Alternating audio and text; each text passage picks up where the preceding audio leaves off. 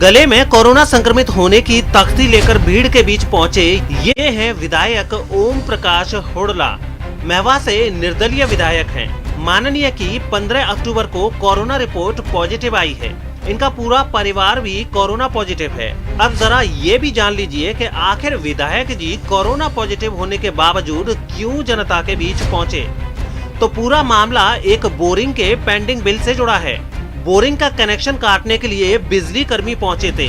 जानकारी मिलते ही विधायक जी भी बिजली कर्मियों को रोकने के लिए मौके पर चौका मारने पहुंच गए। अपने गले में पड़ी तख्ती पर सियासी हमला करने से भी नहीं चूके। राज्यसभा सांसद किरोड़ी लाल मीणा पर दलितों को परेशान करने की पंक्ति भी लिखवाई।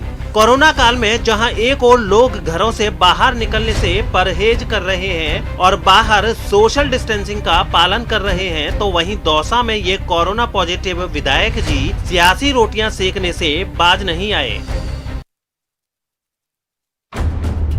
श्री गंगानगर विधायक राजकुमार गौड़ जनता को जागरूक कर रहे हैं उस फर्जीवाड़े को लेकर जो उनके नाम पर किया जा रहा है। किसी ने विधायक जी के नाम की फर्जी फेसबुक आईडी बनाई है, जिसके जरिए लोगों को फ्रेंड रिक्वेस्ट भेजी जा रही है। जब इसकी जानकारी विधायक राजकुमार गौड़ को लगी तो वो लोगों को सचेत करने लगे। सभी शहरवासियों को सावधान किया कि उनकी फर्जी फेसबुक आईडी से आ रही फ्रेंड रिक्वेस्ट को स्वीकार न करें और किसी भी साइबर ठग के झांसे में न आएं। विधायक राजकुमार गौड़ ने कहा कि फर्जी फेसबुक आईडी के जरिए आपराधिक तत्व ठगी की वारदात को अंजाम दे सकते हैं। आपको बता दें कि विधायक राजकुमार गौड़ इन दिनों कोरोना पॉजिटिव होने के कारण होम क्वारंटाइन हैं, इसलिए सोशल मीडिया के जरिए शहर वालों को सावधान कर रहे हैं। श्री गंगा नगर परिषद में उस समय हंगामा मच गया जब पार्षद पाल सिंह और महिला सफाई कर्मियों के बीच तू मैं हो गई। इस दौरान पार्षद पाल सिंह और महिला सफाई कर्मियों के बीच हुई तकरार में खूब गाली गलौज और खूब धक्का मुक्की भी देखने को मिली। हंगामे के दौरान नगर परिषद सभापति कक्ष के दरवाजे का शीशा भी टूट गया, जिसके बाद वहां मौजूद लोगों ने दोनों पक्षों को बड़ी मुश्किल से समझाया और मामला शांत कराया। आरोप है कि पार्षद पाल सिंह ने महिला सफाई कर्मियों के साथ गलत व्यवहार किया था, जिसके बाद महिला सफाई कर्मियों का गुस्सा फूट पड़ा और पार्षद पाल सिंह की फजीयत हो चली। ये सीसीटीवी उस अभियान की पोल खोल रहा है जिसका आगाज 15 अक्टूबर को हुआ था। 3 दिन बीत चुके हैं टोंक जिले में राज्य सरकार के निर्देश पर बजरी दोहन, परिवहन और संग्रहण के विरुद्ध अभियान को। प्रशासन और पुलिस ने कई दावे किए बजरी माफिया के खिलाफ अभियान को सफल बनाने के, लेकिन अभियान का दम कैसे निकल रहा है इन तस्वीरों से अंदाजा लगाया जा सकता है। ये CCTV footage Tonk Deoli NH के भरनी गांव का है। यहाँ से हर रोज ऐसे ही बजरी से भरे ट्रैक्टर बेधड़क होकर गुजरते हैं। बनास नदी से रोजाना इसी तरह बजरी भरकर लाई जाती है और फिर जिले के बाहर भेज दिया जाता है। इस दौरान ये ट्रैक्टर कई थाना इलाकों से होकर गुजरते हैं, लेकिन इनको रोकने वाला कोई नहीं होता।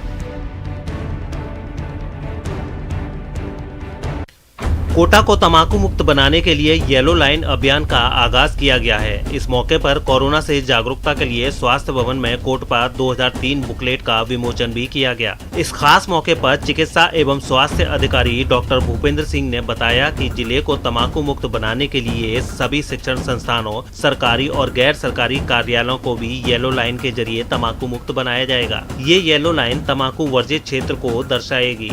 इसके साथ ही डॉक्टर तवन ने बताया कि जिले में तंबाकू कंट्रोल को लेकर हुक्का बारों पर की गई कार्रवाई की बदौलत कोटा जिला राज्य स्तर पर सम्मानित हो चुका है। इसके साथ ही डिप्टी सीएमएचओ हेल्थ और जिला नोडल अधिकारी डॉक्टर घनश्याम मीणा ने कहा कि सभी सार्वजनिक स्थानों को तंबाकू मुक्त बनाने के लिए कोटपा 2003 की पालना सुनिश्चित करवाई जाएगी और युवाओं को अभियान से जोड़कर तंबाकू उत्पादों से दूर करने का प्रयास किया जाएगा। राजधानी जयपुर की हवा जहरीली हो चली है, इतनी जहरीली कि सुनने वाला सिहर जाए। जी हाँ, लॉकडाउन के बाद पहली बार राजधानी का एयर क्वालिटी इंडेक्स 180 के पार पहुंच गया है। मतलब हवा में सल्फर डाइऑक्साइड, नाइट्रोजन डाइऑक्साइड और कार्बन मोनोऑक्साइड की मात्रा विश्व स्वास्थ्य संगठन के तय किए गए मापदंड से अधिक है। ये जयपुर का नज़ारा है। आप देख सकते हैं कि चारों तरफ स्मॉग ही स्मॉग है और जो जयपुर की विजिबिलिटी है वो 10 किलोमीटर से घट करके अब 2.8 किलोमीटर पर आ चुकी है। इसका असर एयर क्वालिटी इंडेक्स पर भी पड़ा है। जयपुर के चारों तरफ इस धुंध की वजह से जो एयर क्वालिटी इंडेक्स 70 से 80 में लॉकडाउन के दौरान था वो अब बढ़कर के 190 और 185 पर पहुंच गया है।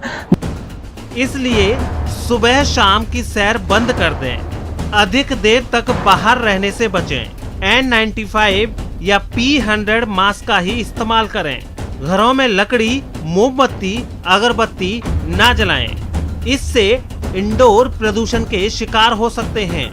धूल ना उड़े इसलिए झाड़ू की जगह गीले पोछे से सफाई करें। अगर अस्थमा है तो दवा पास में रखें। सांस लेने में दिक्कत है तो तुरंत आराम से लेट जाएं और डॉक्टर की सलाह लें।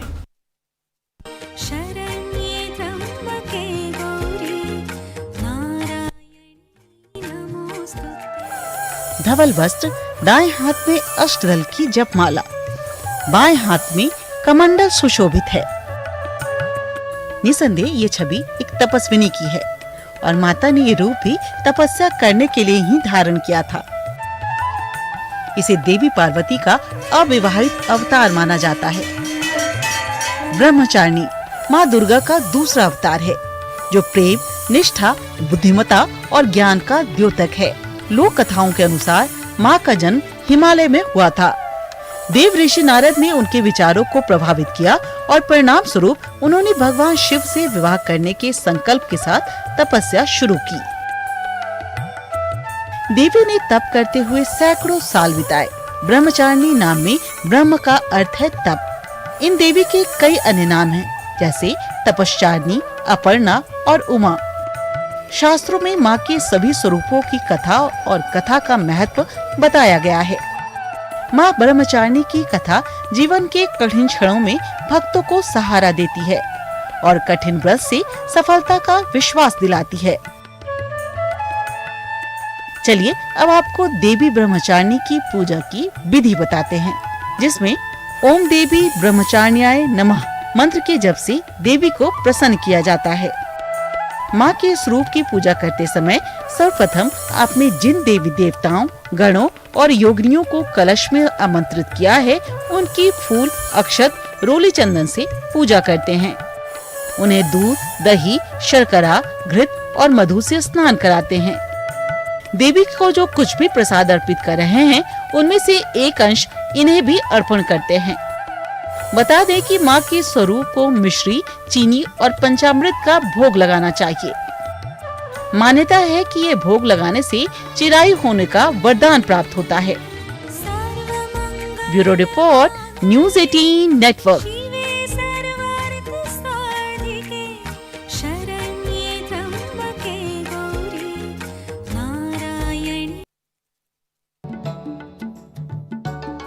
करौली में आज से प्रसिद्ध तीर्थ स्थल कैला देवी में शारदीय नवरात्रों का शुभारंभ हो गया है। सुबह से ही माता के दरबार में श्रद्धालु धूप लगाकर सुख, शांति और खुशहाली की मन्नत मांगते नजर आए। हालांकि कोरोना के चलते शनिवार को प्रथम नवरात्र पर कैला देवी में श्रद्धालुओं की संख्या कम रही। दुर्गा पूजा के प्रमुख पर्व शारदीय नवरात्र कैला देवी मंदिर ट्रस्ट में धूमधाम से पूजा पाठ के द्वारा प्रारंभ कराए जाते हैं। नवरात्र स्थापना का मुहूर्त आश्विन शुक्ला प्रतिपदा को अभिजित मुहूर्त में 11:30 से 12:30 बजे के बीच में घट स्थापना होकर के शतचंडी महायज्ञ प्रारंभ हो जाएगा। हर साल नवरात्रों में 8 से 10 लाख श्रद्धालु राजस्थान के अलावा उत्तर प्रदेश, मध्य प्रदेश, दिल्ली और कई राज्यों से यहां पहुंचते हैं। लेकिन इस बार ये श्रद्धालुओं की संख्या पहले की तुलना में कम रहने का अनुमान है। देश के प्रसिद्ध प्रमुख शक्तिपीठों में शामिल एक कैला देवी का शारदीय नवरात्र मेला कैंसिल होने से श्रद्धालु भी इस बार बेहद निराश हैं। अर्पणा हो गई है, माताजी के पाठ आरंभ हो गए हैं और जो भी माताजी के, भैरव जी के और जितने भी सारे पाठ होते हैं 21 पंडितों द्वारा किए जाते हैं। अष्टमी तक ये सारे पाठ लगातार चलेंगे। कोरोना के चलते मंदिर में सोशल डिस्टेंसिंग के साथ साथ थर्मल स्कैनिंग, सैनिटाइजर की व्यवस्था भी की गई है और बिना मास्क के किसी को भी मंदिर में प्रवेश नहीं दिया जा रहा है।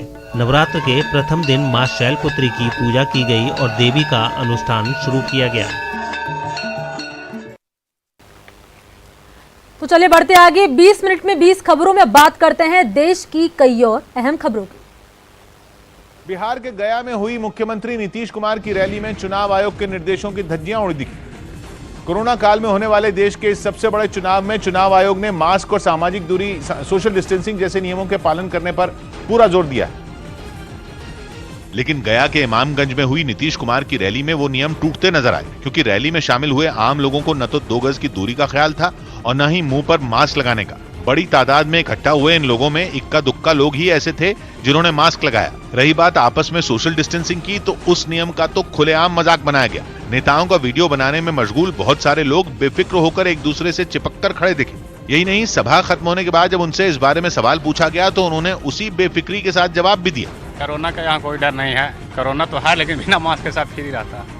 इतना ही नहीं, रैली में नीतीश कुमार के साथ मंच साझा करने वाले एक बीजेपी नेता ने भी कोरोना से जुड़े चुनाव आयोग के नियमों पर ऐसा ही बयान दिया। बहुत शक्तिशाली धरती है, कोई कोरोना यहाँ नहीं आएगा।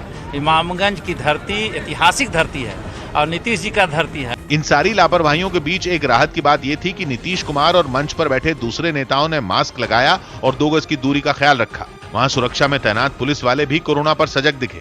बिहार चुनाव में नामांकन की बात करें या फिर रैली की, कोरोना के गाइडलाइंस का खुलेआम उल्लंघन हो रहा है। नेता और अधिकारी तो मास्क में दिखते हैं, लेकिन जनता के मुंह से मास्क नदारद होता है। चुनावी माहौल के बीच बिहार में कोरोना के मामले लगातार सामने आ रहे हैं और यह आंकड़ा करीब 2 लाख हो चुका है। राजधानी की जहरीली होती हवा से निपटने के लिए दिल्ली के तीनों नगर निगमों ने अपनी कोशिशें तेज कर दी।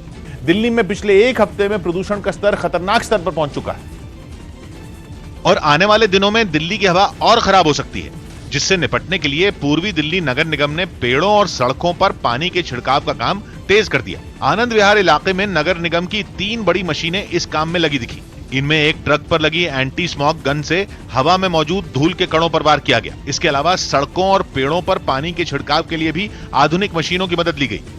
आप सामने देखिए तो आप एक पानी का टैंकर है और उस पर उस तरीके से उसको लगाया गया है कि आप उसके चारों तरफ जो है वो पानी का जो है वो छिड़काव करते हुए आपको नजर आ जाएगा, स्प्रिंकल करते हुए नजर आ जाएगा। आनंद विहार की गिनती दिल्ली के सबसे प्रदूषित इलाकों में होती है। पिछले 1 हफ्ते में आनंद विहार का औसतन एयर क्वालिटी इंडेक्स 200 से ज्यादा रहा है, जो खतरनाक माना जाता है। इसे देखते हुए नगर निगम की तरफ से इस इलाके में सुबह और शाम दोनों वक्त पानी का ज्यादा से ज्यादा छिड़काव करने का दावा किया जा रहा है। अभी तो 18 मशीनें हैं टोटल। इसके अलावा 40 स्प्रिंकलर्स हैं जो कि ऑलरेडी पिछले साल से डिप्लॉयड हैं। पूर्वी दिल्ली नगर निगम की तरह उत्तरी दिल्ली नगर निगम और दक्षिणी दिल्ली नगर निगम के इलाकों में भी प्रदूषण से निपटने के लिए कड़े कदम उठाने के दावे किए जा रहे हैं। पंजाब के लुधियाना में दिन दहाड़े लूट की घटना को अंजाम देने वाले 3 लुटेरे पुलिस के हत्थे चढ़ गए। मुथूट फाइनेंस के दफ्तर में पिस्तौल की नोक पर लूट की घटना को अंजाम देने के बाद लुटेरे जैसे ही निकले, उनका सामना पुलिस से हो गया और गोलियों की आवाज सुनकर आसपास के लोग भी जमा हो गए। 3 बदमाश फुटपाथ पर खड़ी बाइक पर बैठकर भागने लगे, लेकिन फुटपाथ से सड़क पर बाइक जैसे ही उतरी, पीछे बैठे 2 लड़के सड़क पर गिर गए। आसपास मौजूद लोगों ने बदमाशों को घेर लिया और उन्हें पीटना शुरू कर दिया। उन पर लात और घूंसों की बरसात शुरू कर दी गई।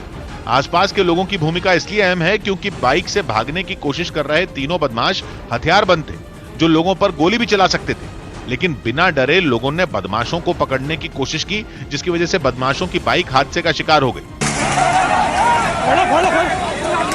पुलिस की टीमें भी तब तक मौके पर पहुंच चुकी थी, इसलिए बाइक सवार तीनों बदमाशों को पुलिस ने गिरफ्तार कर लिया। 3-4 बंदों की फायरिंग करी, उनको हॉस्पिटल ले गए। 3 बंदे हमने आइडेंटिफाई कर लिए, राउंड अप कर लिए। बाकी अभी इन्वेस्टिगेशन कर रहे हैं कि जल्दी सारे इनमें सारे राउंड अप कर लेंगे। पुलिस का दावा है कि लूट की घटना को अंजाम देने में 5 या इससे ज्यादा बदमाश शामिल हो सकते हैं, लेकिन पुलिस को उम्मीद है कि गिरफ्तार बदमाशों के जरिए उनके साथियों को भी दबोच लिया जाएगा। नवरात्र के मौके पर होने वाले गरबा के लिए गुजरात के सूरत में कोरोना से बचाव वाली पोशाक बनाई गई। हालांकि महामारी की वजह से ऐसा पहली बार है जब राज्य में गरबा का आयोजन नहीं होगा।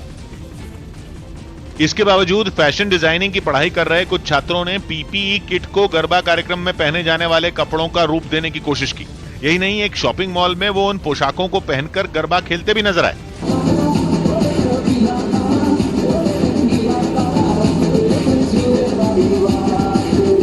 पोशाकों की खूबसूरती बढ़ाने के लिए छात्रों ने उन पर शीशे लगाने से लेकर पेंटिंग करने का काम किया। ये पहन के भी हम गरबा खेल सकते हैं इस कोरोना में भी, और ये पूरे सेफ है। छात्रों ने बताया कि इन पोशाकों को वो सिविल अस्पताल में अपनी जान पर खेलकर दूसरों की जान बचाने का काम कर रहे स्वास्थ्य कर्मियों को गिफ्ट करेंगे। तो सबसे आखिर में 20 मिनट में 20 खबरों में अब बात करते हैं कुछ अंतर्राष्ट्रीय खबरों की। पाकिस्तान के प्रधानमंत्री इमरान खान अब अपने ही घर में घिरते हुए दिखने लगे हैं। इमरान खान के खिलाफ पाकिस्तान की 11 विपक्षी पार्टियों ने मिलकर एक नया मोर्चा बनाया है, जिसका नाम है पाकिस्तान डेमोक्रेटिक फ्रंट। इस संगठन की पहली ही रैली से इमरान खान बुरी तरह घबरा गए और रैली से पहले ही 400 लोगों को हिरासत में ले लिया। गुजरांवाला के एक स्टेडियम में होने वाली रैली के लिए लोग रात से ही जुटने लगे और इमरान खान के खिलाफ नारेबाजी शुरू हो गई। मुक्या तेरा शो न्याजी, तू बंदा नंबर 2 न्याजी, एक टके दे 2 न्याजी। रैली के लिए लाहौर से निकलने से पहले मरियम नवाज ने रैली को इमरान की सरकार के अंत की शुरुआत कह दिया। इनकी ये जो जाली हुकूमत है ना, इसका जो एंड है उसकी शुरुआत है इंशाल्लाह। दूसरी तरफ बिलावल भुट्टो ने भी हमले तेज कर दिए। इस कठपुतली को, इस सिलेक्टेड को, इस नालायक को, जिसने हमारा आवाम का जीना हराम कर दिया, उसका जाने के वक्त आ चुका है। इमरान खान इस रैली से इस कदर घबराए हुए हैं कि रैली तक पहुंचने वाले रास्तों तक को रैली से पहले ही बंद कर दिया गया। सैकड़ों नेताओं और कार्यकर्ताओं को हिरासत में ले लिया गया और रैली की इजाजत भी कुछ घंटे पहले ही सख्त शर्तों के साथ दी गई। कि इमरान खान पाकिस्तान में गठबंधन की कमजोर सरकार चला रहे हैं। विपक्ष का एकजुट होना उनके लिए खतरे की घंटी है। दूसरी तरफ कूटनीति से लेकर बदहाल अर्थव्यवस्था तक के मुद्दे पर लोगों में इमरान के खिलाफ नाराजगी है। इसीलिए विपक्षी पार्टियों ने उनके खिलाफ बड़ा आंदोलन छेड़ दिया है। थाईलैंड में इमरजेंसी के बावजूद सैकड़ों प्रदर्शनकारी एक बार फिर सड़कों पर उतर आए। सरकार विरोधी प्रदर्शनों पर लगाम लगाने के लिए वहां इमरजेंसी लगा दी गई थी, लेकिन सरकार के इस कदम से प्रदर्शनकारी और भड़क गए। वहां पहले से भी ज्यादा लोग सड़कों पर उतर आए और इमरजेंसी की परवाह किए बिना प्रदर्शन शुरू कर दिया। गुस्साए लोगों ने राजधानी बैंकॉक के एक भीड़ भाड़ वाले चौराहे पर कब्जा जमा लिया और वहीं बैठकर धरना देने लगे।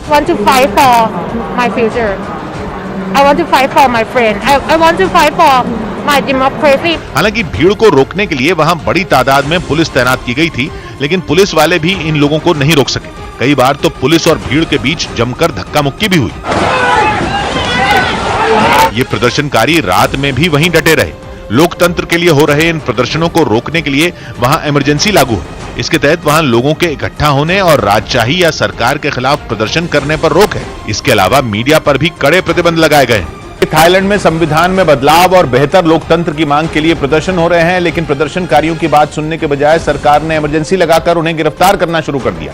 हालांकि सरकार की इस सख्ती का प्रदर्शनकारियों पर कोई असर नहीं पड़ा और वहां पहले से भी ज्यादा लोग सड़कों पर उतर आए। सीमा पर चल रहे तनाव के बीच चीन ने अपनी ड्रोन सेना का वीडियो जारी करके भारत को एक बार फिर गीदड़ भभकी देने की कोशिश की। यानी चीन जंग अपने सैनिकों से नहीं बल्कि हवा में उड़ने वाले ड्रोन से लड़वाने की तैयारी कर रहा।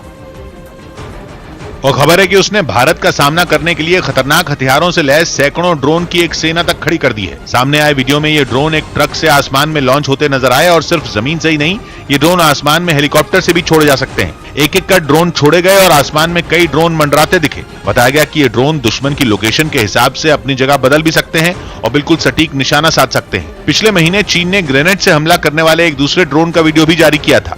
भारत की जमीन पर नजरें गड़ाए बैठे चीन हर पल खतरनाक साजिश बुनने में जुटा है। कुछ दिन पहले ही खबर आई थी कि लद्दाख की खून जमा देने वाली ठंड से वो खौफ खाए बैठा है। उसे डर है कि उसके जवान सीमा पर भारतीय सैनिकों के आगे टिक नहीं पाएंगे। ऐसे में वो ड्रोन सेना बनाने में लगा।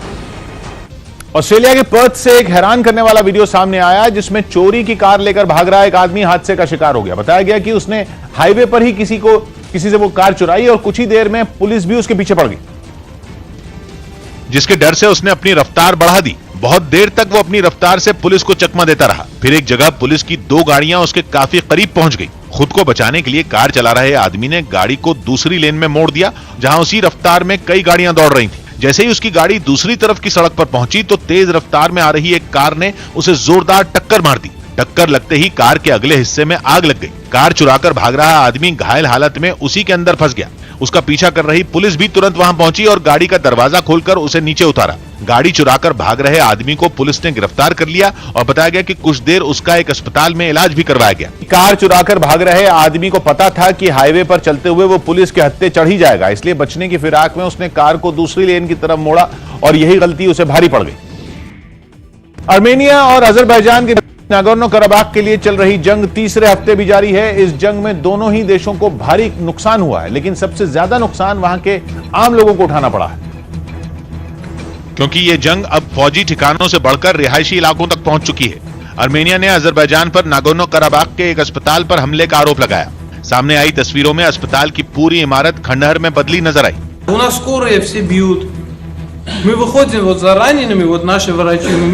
हमले में वहां खड़ी कई एम्बुलेंस भी तबाह हो गईं। जमीन पर जगह जगह बम पड़े दिखाई दिए। बमबारी में न जाने कितने मकान और दूसरी इमारतें तबाह हो गईं।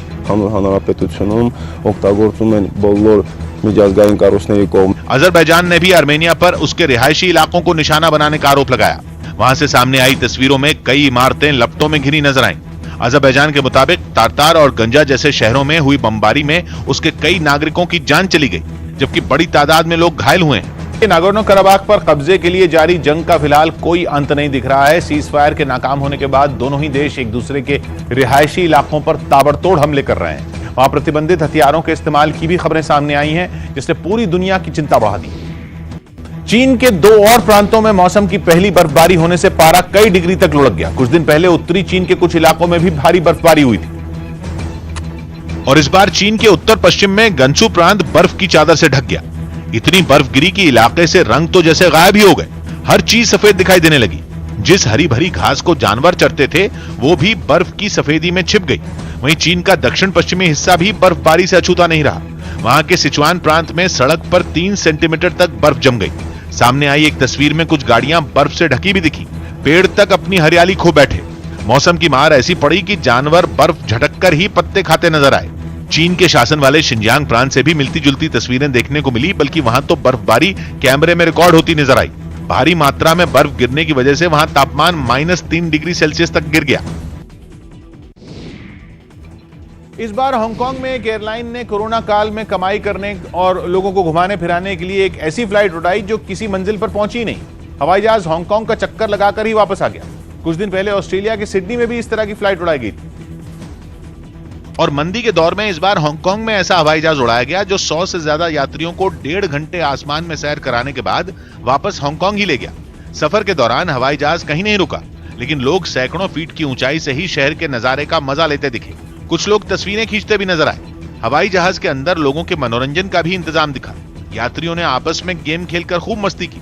बेशक लोग विमान से नीचे नहीं उतरे, लेकिन महीनों बाद घरों से निकलकर और हवाई जहाज में बैठे बैठे ही उन्होंने खूबसूरत जगहें निहार ली।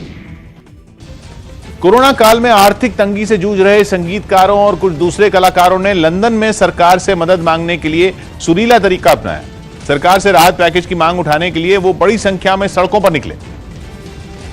लेकिन आम प्रदर्शनों की तरह कलाकारों की आवाज में गुस्सा या तल्खी नहीं, बल्कि संगीत के सुर सुनाई दिए। सरकार का ध्यान खींचने के लिए संगीतकारों ने अपनी कला का ही इस्तेमाल किया और गाजे बाजे के साथ लंदन की सड़कों पर एक साइकिल रैली निकाली। कलाकार रंग बिरंगी लाइटों वाली साइकिल चलाते नजर आए। एक प्रदर्शनकारी तो डीजे डेक लगा रिक्शा लेकर वहां पहुंच गया। तस्वीरें देखकर एक बार को तो ऐसा लगा जैसे वहां प्रदर्शन नहीं बल्कि कोई रंगारंग कार्यक्रम चल रहा हो। तो चलिए इसी के साथ इस बुलेटिन में इतना ही। नमस्कार।